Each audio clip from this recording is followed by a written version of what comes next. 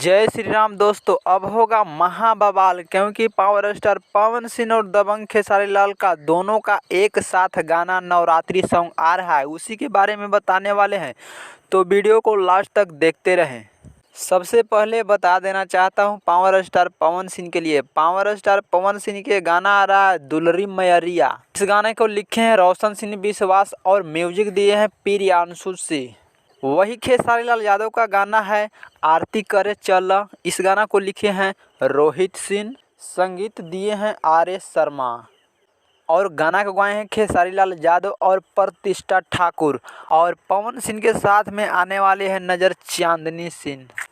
और power star Pawan Singh का गाना आने वाला है वेब चैनल से शाम के 6 बजे तक। वही खेसारी लाल यादव का गाना आने वाला है Khesari music world YouTube channel से। आज ही के दिन आ रहा है 6:30 पर। हाँ, तो किन भाई का किसका गाना का इंतज़ार है हमें कमेंट करके बताएं और चैनल को सब्सक्राइब करें।